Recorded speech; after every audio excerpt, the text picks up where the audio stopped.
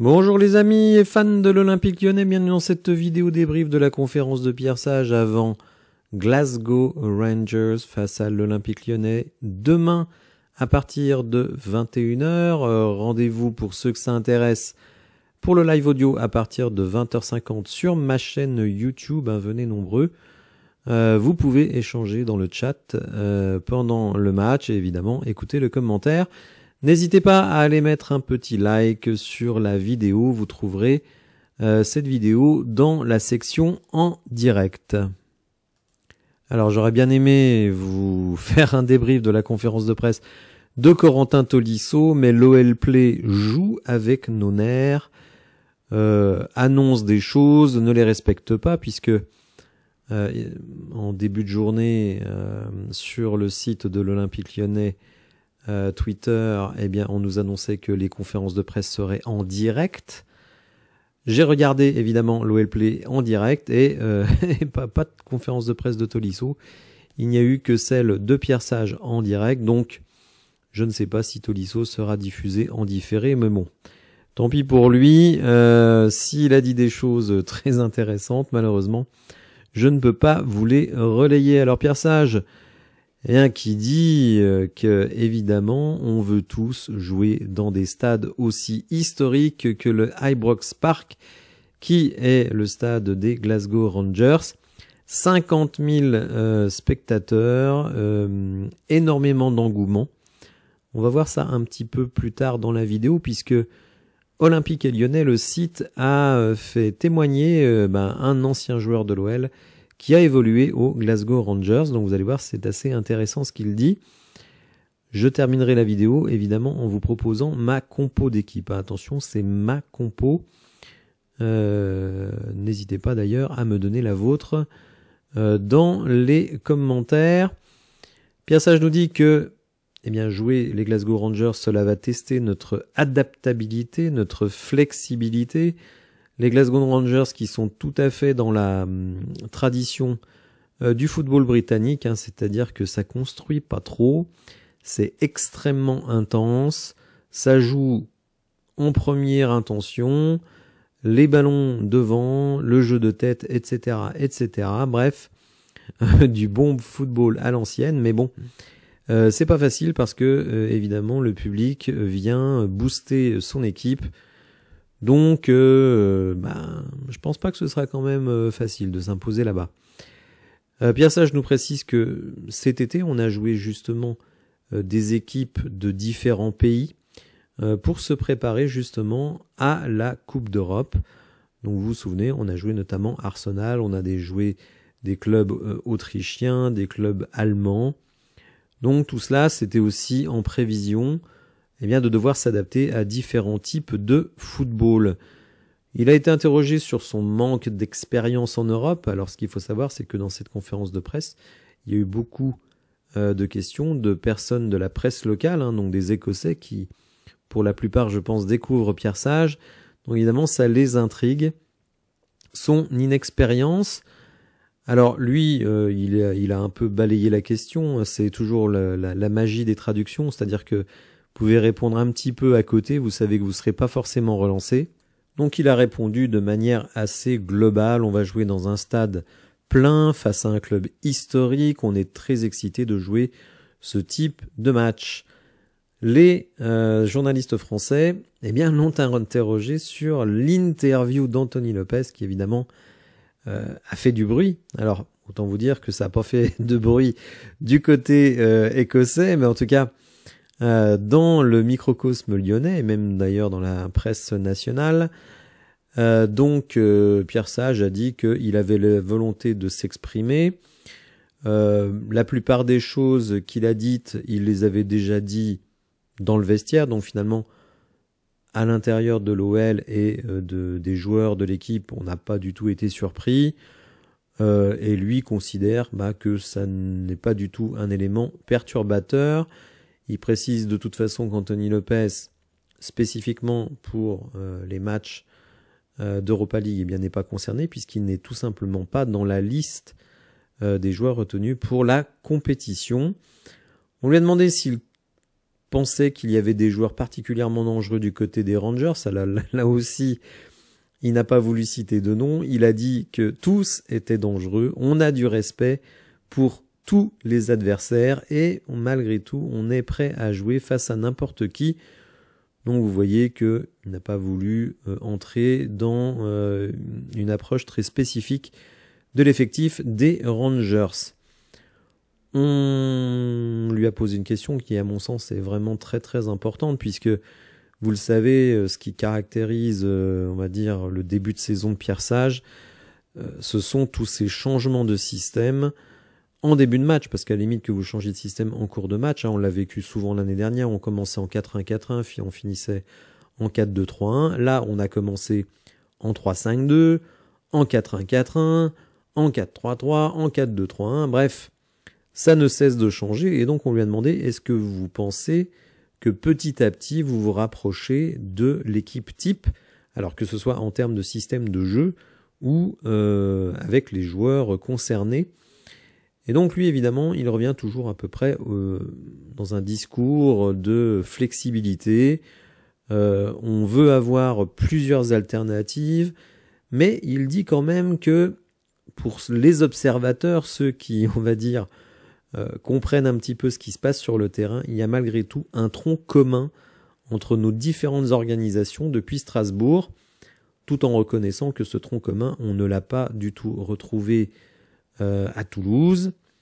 Il n'est pas content, il n'est pas content du match de Toulouse.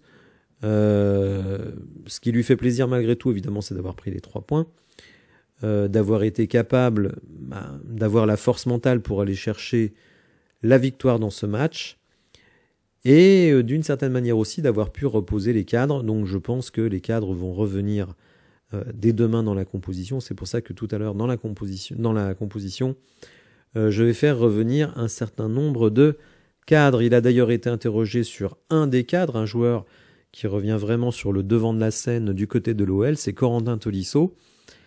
Et je ne sais pas si vous suivez bien les vidéos que j'ai faites. Pierre Sage, déjà dans sa dernière conférence de presse, avait parlé de Tolisso, et il avait dit que Tolisso, eh bien, s'était fixé des très très hauts objectifs cette saison, des objectifs très ambitieux, et en y réfléchissant, j'avais dit que c'était peut-être tout simplement de retrouver l'équipe de France. Et dans l'article, dans des articles, je ne sais plus lequel exactement, cette semaine, eh bien, Hugo Guimet nous dit qu'effectivement, Corentin Tolisso, eh bien, peut-être rêve de l'équipe de France. C'est vrai que le milieu de terrain de l'équipe de France n'est pas totalement figé. En plus, vous avez vu que Antoine Griezmann a pris sa retraite, donc comme il jouait milieu offensif, eh bien, ça ouvre encore des perspectives.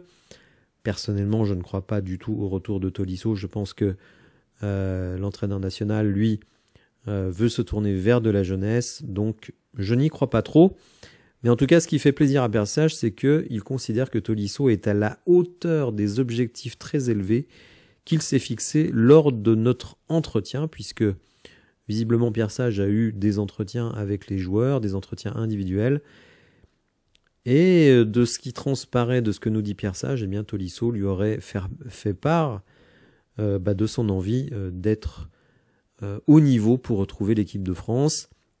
Écoutez, on lui souhaite, mais très sincèrement, je pense qu'il se fait un peu des illusions.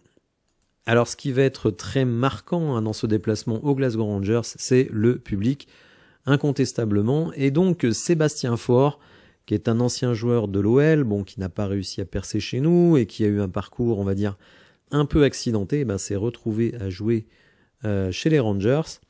Et il nous raconte des anecdotes assez incroyables. Il faut savoir que le club était descendu en 4e division après avoir subi des sanctions financières, pour une mauvaise gestion financière, et que, un petit peu comme à Strasbourg d'ailleurs, la passion des supporters ne s'est absolument pas n'a pas été entamée, puisqu'il raconte qu'en 4e division, il y avait au moins 45 000 spectateurs dans les matchs à domicile, et sur de nombreux matchs, eh bien, il y avait 4 000 supporters qui faisaient le déplacement à l'extérieur. Rendez-vous compte, un club qui évolue en Division 4. Donc un truc de fou qui peut effectivement booster l'équipe, notamment sur l'agressivité, sur le pressing. C'est pour ça d'ailleurs que l'arbitrage, à mon avis, sera très important. Parce qu'on sait, hein, le foot britannique, ça fait pas toujours dans la dentelle. Donc il va falloir que nos joueurs soient prêts, surtout qu'ils ne prennent pas cette équipe de haut, parce qu'ils pourraient avoir des surprises.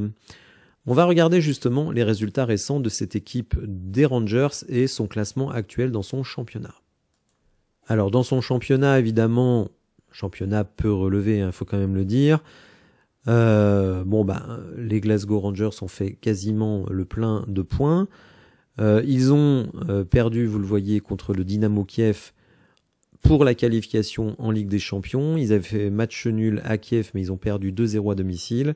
Et ils ont pris une petite rouste face au Celtic Glasgow. C'est vraiment une sorte de classico là-bas. Donc 3-0. Le Celtic Glasgow qui, je crois, s'est fait démembrer hier à Dortmund. Non, je ne sais pas si c'est... Non, mais ils sont fait démembrer, mais je ne sais plus où c'était. Donc excusez-moi pour cette imprécision. Du coup, au niveau du classement, Glasgow se retrouve premier et les Rangers, eux, sont troisième. 4 victoires, 1 nul, 1 défaite, seulement 10 buts, donc moins de 2 buts par match, et 4 buts encaissés. Je pense qu'au niveau, si on se base uniquement sur le niveau intrinsèque de chaque équipe, normalement, ça devrait être une formalité pour l'Olympique Lyonnais. D'ailleurs, on a joué assez récemment face à cette équipe des Rangers. C'était en 2021, dans la campagne de Ligue Europa. On avait fait un match nul assez décevant à domicile, mais on était allé s'imposer 2-0 là-bas. C'était, me semble-t-il, à l'époque de Peter Bosz. Bon, alors après, en 3 ans, les choses changent. Regardez notre effectif, comme il a évolué depuis cette époque-là. Je vais terminer la vidéo en vous proposant ma composition d'équipe. Alors, certains la trouveront peut-être un petit peu prudente, puisque je ne reconduis pas le 4-2-3-1 qui avait été fait face à l'Olympiakos, parce que je considère que face à l'Olympiakos, on était à domicile, c'était notre premier match. Il fallait être très ambitieux.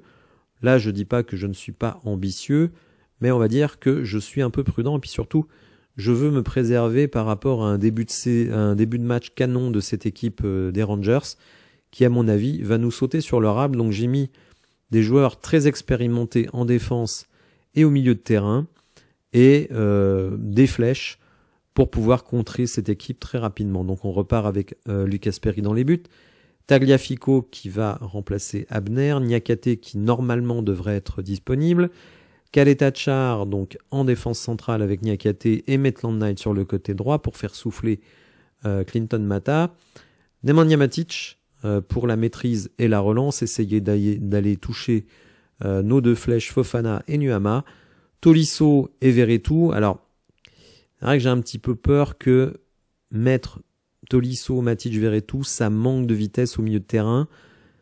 C'est pour ça que je ne serais pas totalement surpris que Cacré soit réintégré dans l'effectif pour ce match. Je sais que c'est pas une opinion qui n'est pas très populaire, mais en tout cas, je ne serais pas surpris. Nuama et Fofana, tout simplement pour utiliser leur vitesse sur le jeu de transition. Et Lacazette, qui n'était pas titulaire lors du dernier match. Alors, je pense pas que ce sera Miko Tadze, ça pourrait être Gift Orban, qui revient dans le groupe après ne pas y avoir été à Toulouse. Donc voilà ce que je propose. Alors, là aussi, je ne serais pas estomaqué qu'on reparte avec un double pivot Matic et Tolisso et Ryan Cherki en numéro 10. Ça ne me surprendrait pas tant que ça. Bref, voilà les amis pour cette présentation du match. N'hésitez pas évidemment à venir sur le live demain soir si vous ne pouvez pas suivre le match, ou même si vous pouvez le suivre et vous voulez échanger avec les autres supporters dans le chat et avec moi évidemment. Si vous avez apprécié la vidéo, n'hésitez pas à la liker, à vous abonner à la chaîne et je vous dis à bientôt et donc à demain pour de nouvelles infos. Merci, au revoir.